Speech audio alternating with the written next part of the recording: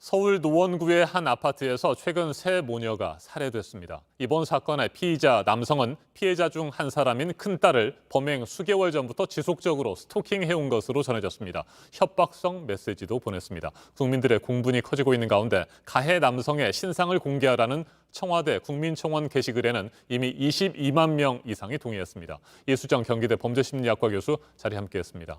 어서 오십시오. 네, 안녕하십니까. 네. 집 주소를 알려주지도 않았는데 지속적으로 집으로 찾아왔고 협박을 했다고 합니다. 지인이 공개한 큰딸의 문자를 보니까요.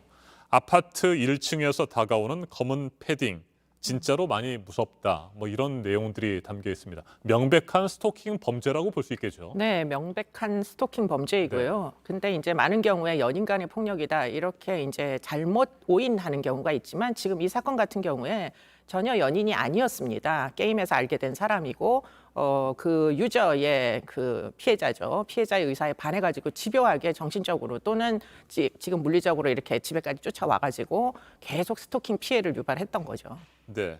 큰딸이 휴대전화 번호를 바꿀 정도였다고 합니다. 네. 그런데 계속해서 협박성 메시지를 보냈고 마지막으로 잘 생각해라. 이런 메시지까지 보냈습니다. 스토킹을 당했을 때 그 공포 엄청났을 것 같습니다. 이루 말할 수 없고 보통 생명의 위협을 네. 느낍니다. 실제로 여성이 피해자가 되는 살인 사건에서 30%에서 40% 정도가 사전에 미리 스토킹하는 그 경우들이 많이 있어요. 지금 이 사건처럼. 그렇기 때문에 여성들이 느끼는 정신적인 피해는 이루 말할 수 없고요. 실제로 지금 이런 사건이 벌어지는 이유가 되기도 합니다.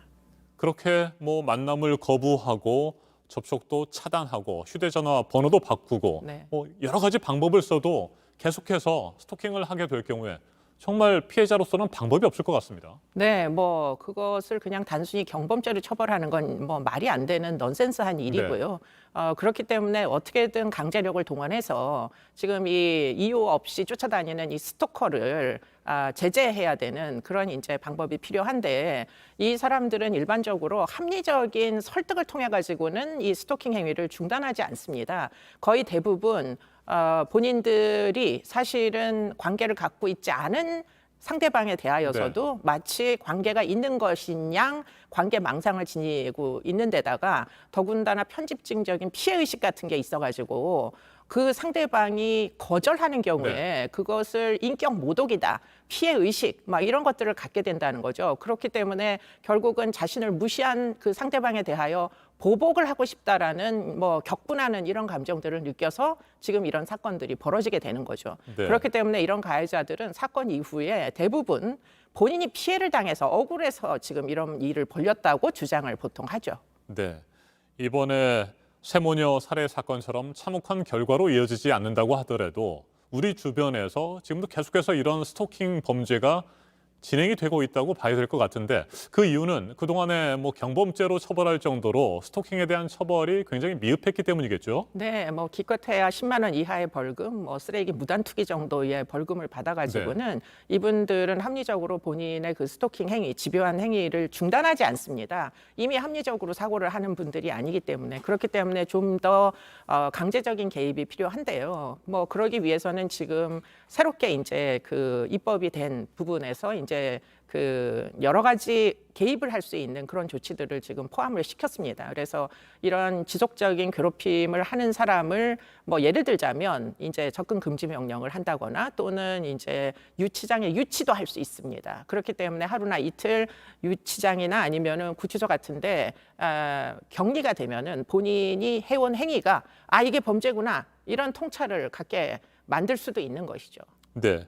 말씀을 하셨습니다만 국회를 통과한 것이 지난달 24일입니다. 네, 그렇습니다. 스토킹 범죄 처벌법인데 이게 이제 9월부터 본격적으로 시행이 되는 거잖아요. 근데 이 법안이 처음 발의된 것이 22년 전이라는 얘기를 들었습니다. 맞습니까? 네, 맞습니다. 사실은 20년 이상 묵은 이제 그 법률이었고요. 사실은 여성들은 너무나 많은 피해를 그동안 호소해 왔고 정말 1년에 보통 한 40명이 이런 이유로 사망합니다. 그런데도 불구하고 이게 입법이 안 되다가 이번에 정말 운 좋게 입법이 돼서 처음으로 우리나라 사법제도에 스토킹 이라는 용어가 포함이 됐고요. 스토킹도 실제로 상해가 일어나지 않아도 범죄가 될 수 있다라는 점을 명시한 입법이었던 거죠. 네.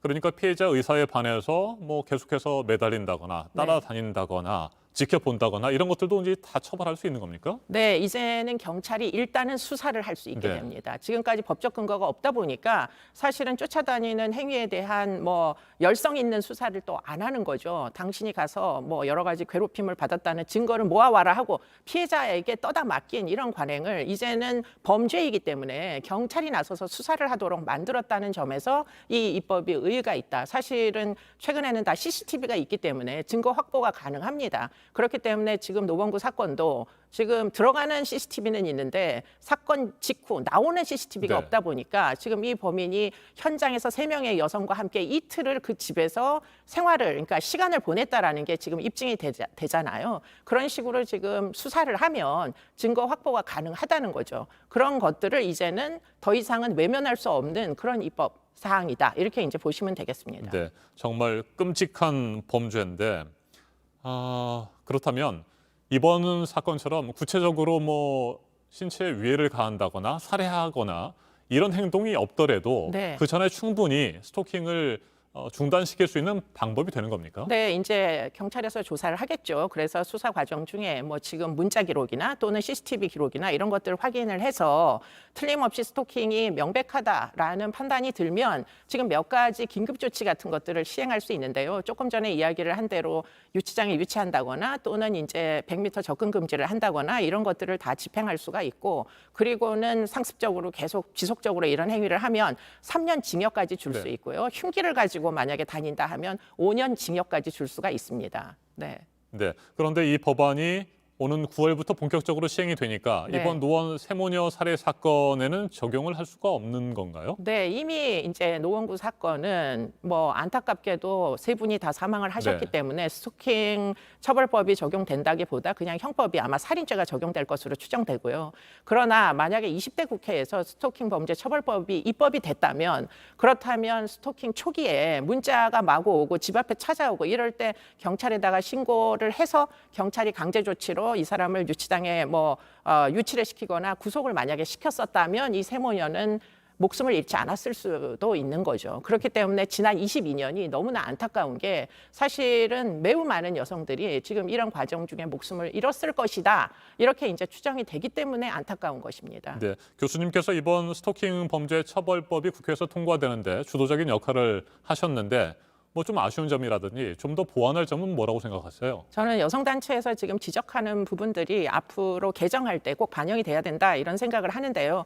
일단은 피해자를 보호하는 대책이 현재 처벌법 안에는 많이 포함되어 있지 않습니다. 네. 그러다 보니까 피해자 보호 명령 같은 이제 명령을 내리면 피해자들이 어디로 가서 어떻게 생활을 할 수 있는 것인지 예를 들자면 뭐 쉼터의 운영 규정이랄지 뭐 어떤 이제 그 피해자들에게 제공할 수 있는 처분이 있는 것인지 그런 부분은 지금 포함되어 있지 않고요.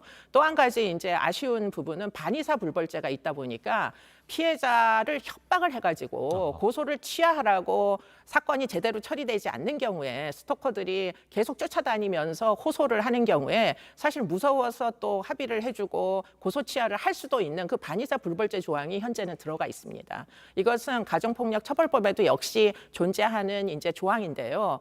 뭐 이런 젠더 폭력에 대해서 좀 더 엄벌을 하겠다라는 사회적인 분위기가 공감대를 형성하면 외국처럼 선진국처럼 이 반의사 불벌죄 조항은 꼭 빠져나가야 된다고 전 개인적으로 생각을 합니다. 알겠습니다. 계속해서 보완을 좀 해서 더 이상의 뭐 남녀 관계의 문제가 아니라는 점들을 명확하게 인식이 될 수 있도록 해야 될 것 같습니다. 지금까지 이수정 경기대 범죄심리학과 교수였습니다. 말씀 잘 들었습니다. 네.